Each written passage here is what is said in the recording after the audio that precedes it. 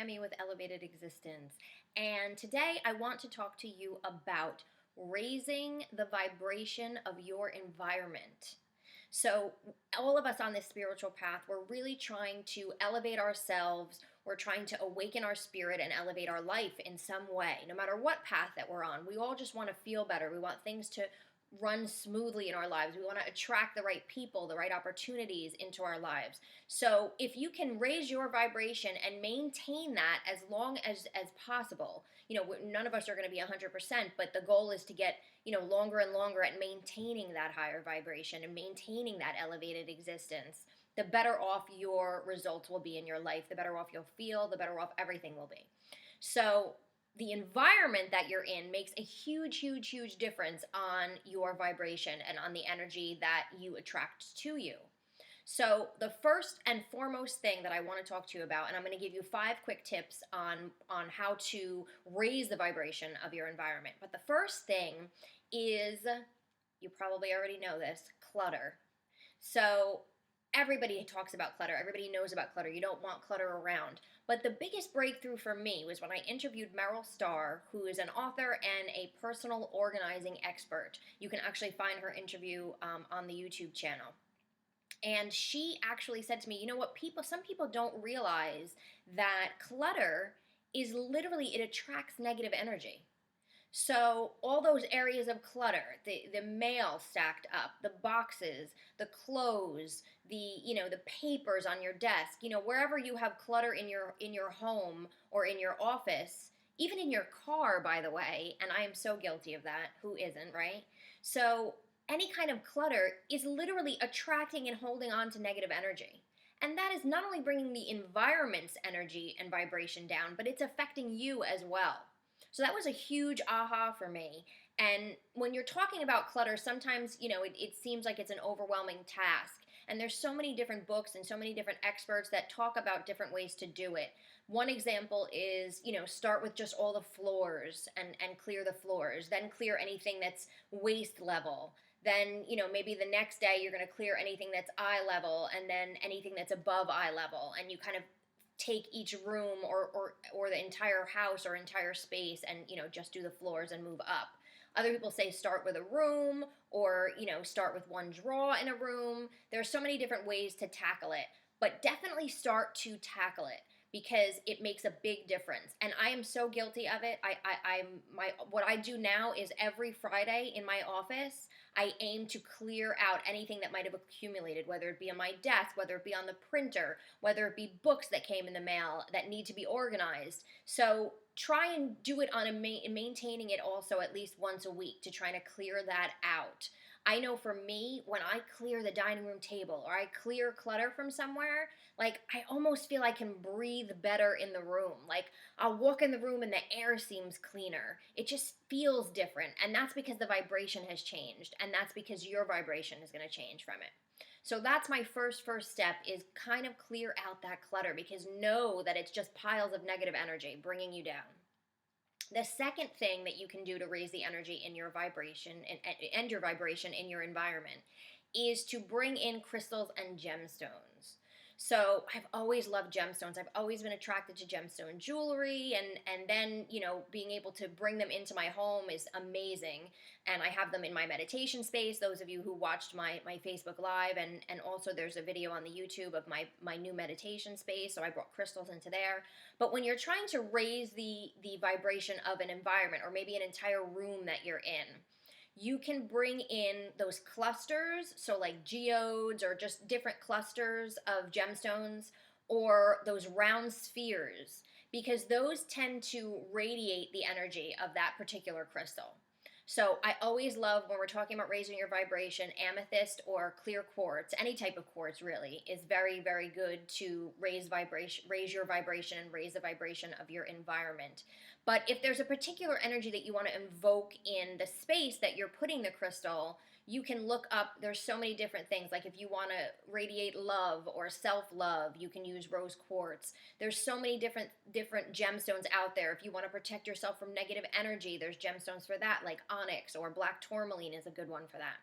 So there's so many different gemstones that you can bring in, but those clusters and those spheres would be really great, and kind of pick different ones for different rooms of your home or even in your office. I have citrine in my office, and I have green calcite in my office. So there's a lot of different things that you can look up and you can do, but those gemstones really, really do bring in that energy that you want. Just remember to cleanse them, whether you put them outside in the sunlight or you put them, in a rainstorm, or just kind of sage them, or do whatever you want to do to cleanse them and recharge them every now and then. So that's the second step. The third step is objects that you love and color are two ways to raise that vibration in your environment. So number one, obviously having objects that you really love that make you feel good. Number two is color. And the best expert that I know on this, I interviewed, his name is Dougall, Fraser.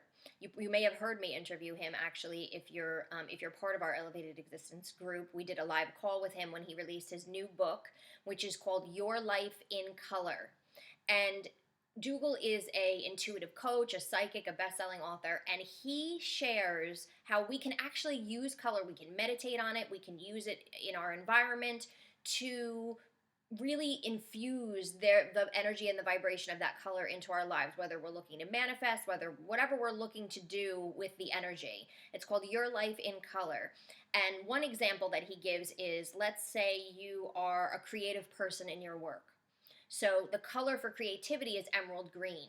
So if you're a creative writer, he actually recommends doing an emerald green somehow on your screensaver or on your desktop background, so that you have that reminder and that you see that energy and you're kind of invoking that energy into you. So he has a whole bunch of different colors that you can use, but you really can use color in a way, and it doesn't mean you have to paint the whole room that color, but you can bring objects of that color into your space to serve as a reminder, and also to kind of bring the energy of that color into the space. So that's another big one. And again, objects that you love. If you have objects that are older that you're not really excited about anymore, get rid of them, donate them, and bring things in that really make you happy. So that's a big one. The next piece, or the fourth piece, is using music.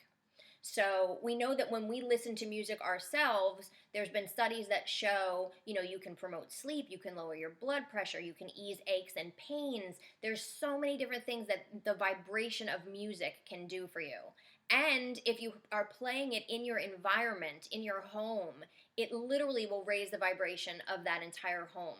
So there's so many different types of music. I always talk about one of my favorites. There's a whole bunch of different CDs called Music for the Mozart Effect. And that's been studied to show that it changes your brain waves, it changes the energy, and there's different volumes and different versions. So there's one for rest and relaxation, there's one for focus and clarity, there's one to strengthen the mind. And I love to listen to these. Sometimes I'll listen to them while I'm working, especially the focus and clarity or the strengthening the mind, because I find it kind of focuses me and it keeps me in an elevated state so that I can kind of work and keep going. So that's another big one. Music for the Mozart Effect. Diva Primal, I love all of her stuff. Enya, I love all of her stuff. But any kind of really good vibration music that makes you happy, that makes you feel good, playing that in your environment will help raise the energy of your environment, which will then help raise the vibration of you. And then the last piece is, of course, clearing, smudging, whether you're using sage or aromatherapy. There's those wooden sticks called, I believe it's Palo Santo. You can use those. Frankincense is another good one, like incense. And using this to kind of clear your environment every now and then. If you have company over and you want to clear the energy after that. If there was an argument and you want to clear the energy after that. And just kind of periodically on a maintenance basis, I like to sage, even aromatherapy. And there's even smudging sprays that you can get now that have like sage and different essential oils that do the job as well, and kind of setting the intention to clear that energy of every now and then. in your environment. So that makes a big, big difference. I actually try and sage my meditation room every now and then, my office, and any other spaces. You know, if you have a cubicle, you know, there you might be in an office space and think like, I can't be smudging with, you know, smoke in my cubicle, but you can certainly get some aromatherapy sprays. And what I'll do is I'll actually include some links underneath this video to some of the different things that I mentioned here, the book, and some different products that I use that you might be able to find beneficial. And that way you don't have to worry about taking notes or paying too much of attention while I'm talking in terms of writing things down. So hopefully those tips will help you. It really, really is huge, makes a huge difference when you're trying to elevate yourself and you're trying to keep yourself connected, and the environment is bringing you down. It's really working against you. So try out some of these. Let me know how it goes. Check out the links below this video, and it'll help you with some different ideas for some of the things that I mentioned here, including some of the music, in case you haven't heard of it. And I hope you all learn to kind of elevate yourself and elevate your environment. If there's other things that you guys do, let me know. Comment below, and I will see you next time.